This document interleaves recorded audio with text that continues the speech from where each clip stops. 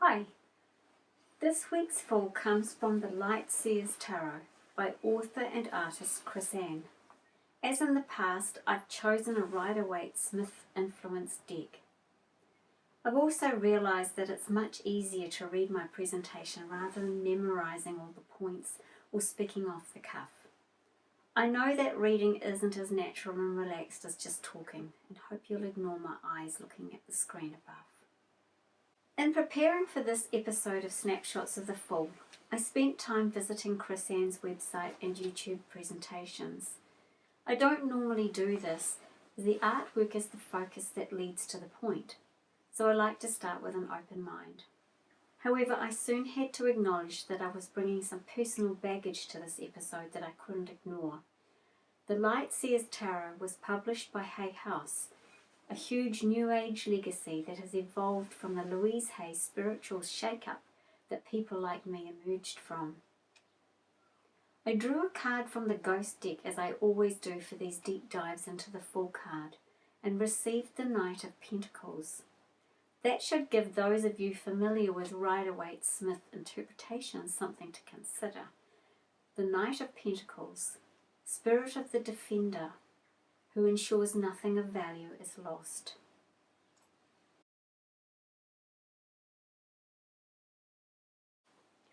I started by looking for the familiar Rider-Waite-Smith symbols, and some of them are easily spotted. The Light Seers Fool is alone on a private journey, nicely dressed and ready for adventure. There's a staff, something in her hand, and a cliff that she might fall from. Although in her case she looks set to somersault gracefully off the edge like a trapeze artist, landing safely in the net below. So what's different in the symbology? For a start, our fool is facing backwards, leaning out over the chasm. She doesn't have a bag, and the amethyst isn't hanging off the back of her staff. It might be that the staff represents a tree branch that she's using to secure herself while she leans out to charge the crystal in the light. But look closer. The staff isn't connected to anything except possibly the shadow. The staff doesn't usually get much attention in the Fool card. Its function is to assist the Fool, either for carrying the bag or to provide general support along the way. But not this time. The staff is decorated, and the symbols painted on it suggest it has a purpose all its own. Perhaps it is a wand, or a totem pole, or even a training stick for martial arts. The crystal replaces the Rider-Waite-Smith rose, often carried in the left hand. But does the amethyst represent the flower? We put flowers on our shelves alongside our crystals, so perhaps this amethyst fills that space. But I thought not. Like the staff, the crystal has its own purpose that we're invited to identify for ourselves. Look down, and there's definitely a flower.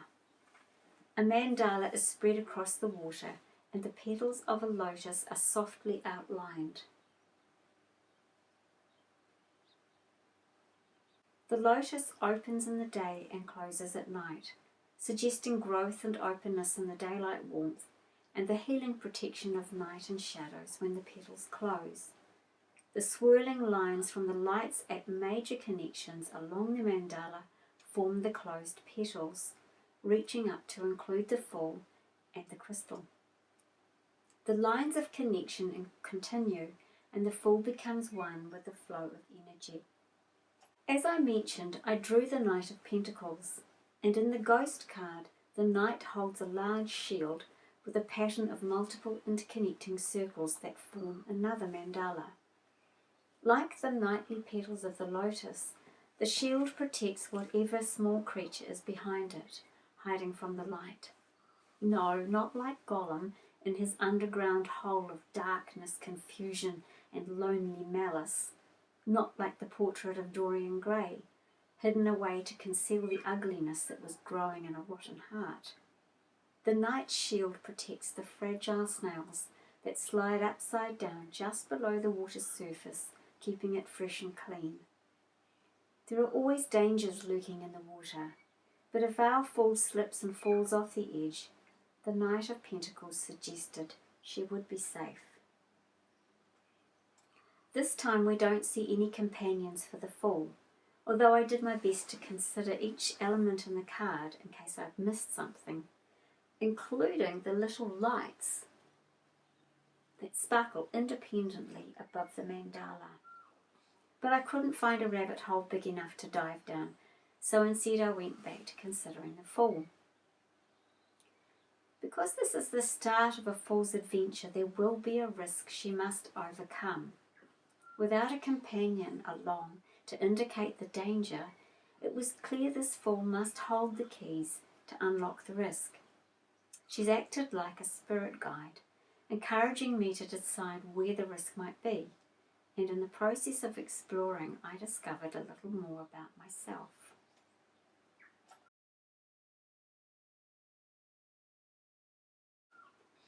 The Light Seers Fool is dressed in a yellow sunfrock, with brown legs and bare feet that tell us she comes from a sunny place.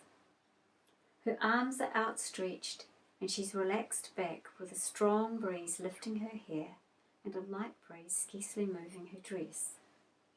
She's free and flowing and peaceful, unmindful of the risk that is always part of the Fool's adventure. Her eyes are closed. Is she afraid of heights? Resting? Meditating? Concentrating before she leaps? Or focusing her vision inward while she bonds and channels the spirit energy? This is definitely a rabbit hole worth a look, and I'll come back to it in a while.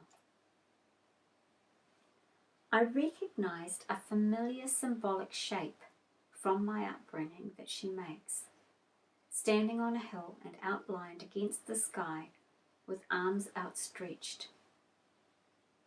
This is one of many symbols representing human sacrifice and unconditional suffering that acts as gatekeeper for our connection with spirit. But this time she's unhurt and seems happy to be there. No one has strung her up, and the stick and stones she carries do not imply any harm. She's leaning back over the edge at an impossible angle, but has little risk of falling. Gravity appears not to be an issue, and although we can't see her toes, we can assume that she's feeling grounded. Without much else to go on, I looked for what else I could see in the card, and of course, there are the colours. The Fool's dress is a single colour, and not the rainbow mix that we sometimes see in other Rider-Waite-Smith influenced decks. This triggered my interest. I realised that although I'm convinced that colours are a fundamental human tool for communication, I only have a rudimentary knowledge of their meaning in a spiritual context.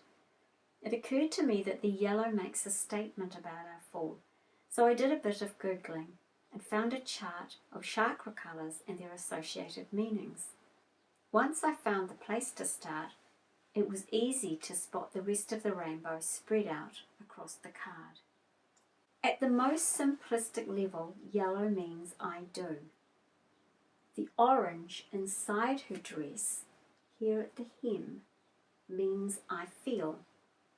Her red beads on her chest and her wrist mean I am. The blue water means I talk. The green sky means I love. The indigo shadows mean I see. And the violet amethyst means I understand. By playing around with this code and seeing where the colours occur in the artwork, I figured it should be possible to structure meaningful sentences that were uplifting and self-affirming. The Knight of Pentacles advised me that nothing of value should be lost, so I thought I'd make an effort to explore this further and constructed a paragraph based on the chart. Although affirmations of this type are way outside my Capricorn comfort zone. But here goes. I close my eyes and lean back. My body feels relaxed, safe in the loving embrace that surrounds me. I ask for clarity in the shadows, and listen to the whispers rising up to bathe me in the gentle waters of spirit. I reach out, safe in knowing who I am and what I should do. Everything I do aligns with the universe, and I understand. Yellow is by far the dominant colour. This is a fool of action who says, I do. I keep the Fool and Ghost card that I draw for each episode in front of me while I write. While working on these ideas about the Fool's rainbow and affirmation, I noticed for the first time how details in the Knight of Pentacles card changed and glowed as the day advanced. I hadn't realised how many colours there were in such a sombre card. This rabbit hole led me to an unexpected benefit in strengthening my bond with the Ghost deck. Skill in colour combination is a powerful tool for self-expression, personal growth and healing. However, there's no definitive way for proving which colour meanings are the right ones. And learning the language of colours doesn't lock me or anyone into a rigid belief system about chakras. Like the yellow dress, one size doesn't fit all, and not all colours will suit. But magical clothes never wear out. So as with all esoteric tools, it's possible to dress up whenever I want without constructing an entire wardrobe around one spiritual garment.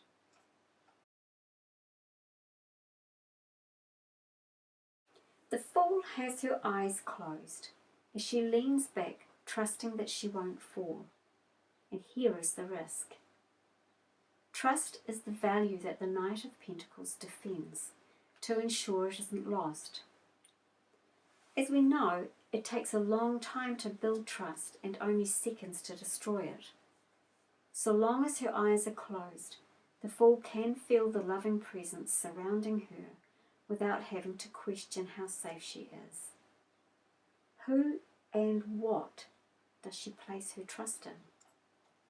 The universe, represented by the mandala, trusting that it will continue to support her, although she can't possibly know if it has a purpose that includes her, or even if it is aware of her.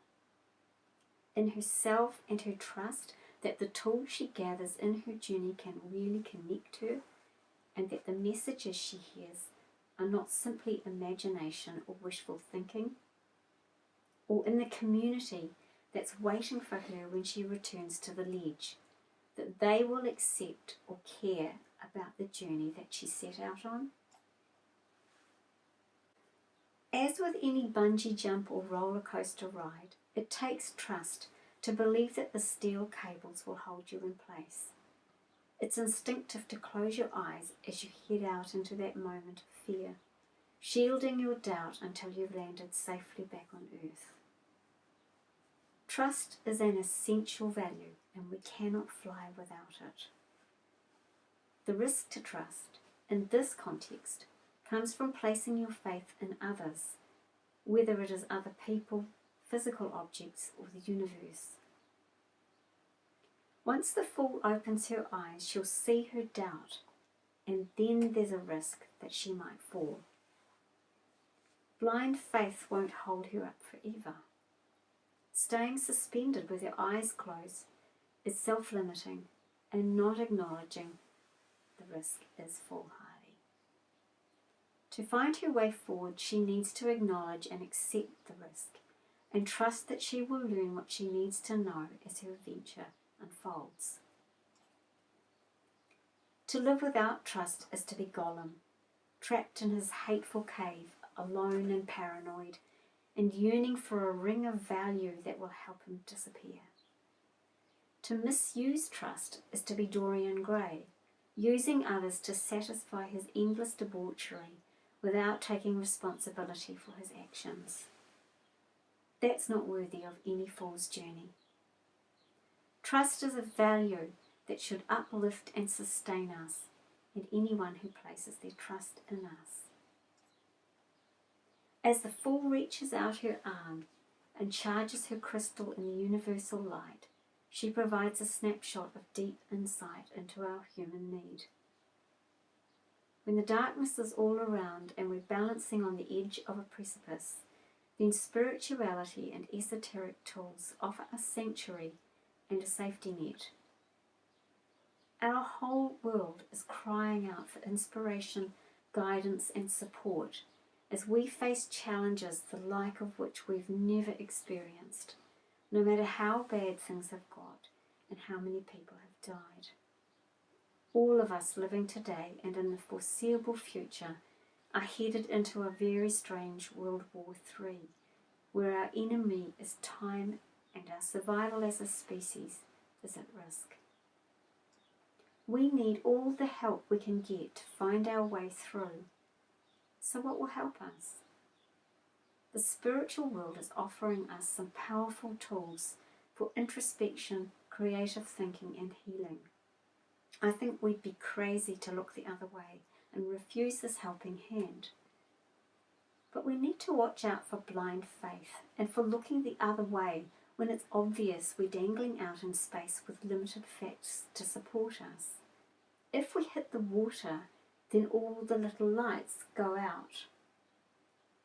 Like our fool in her yellow dress that says, "I do," we need to open our eyes and acknowledge we're at risk, then decide what to do. Whether we step onto the ledge or we stay out there in the joy for a little longer to charge up our crystals.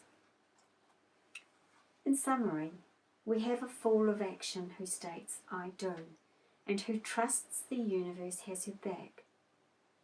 While the Knight of Pentacles advised me she is shielded, this fool, like all of us, must open her eyes, acknowledge the risk, and meet it head on. Only then will she ensure that she acts from trust and not foolhardiness. On a personal level, I talk with tarot. This means to me that I trust the tarot cards will allow me useful and worthwhile insights. There may be many explanations for the origin of the insights, and my own beliefs about this are continually developing. But I can trust the cards and the insights that I gain without making claims about where these insights came from. I'd like to acknowledge all the people who have been part of my spiritual adventure, past, present, and into the future. Special love and thanks to Terry, my Auntie Roo, my family, friends, and golems for helping me understand. Thank you.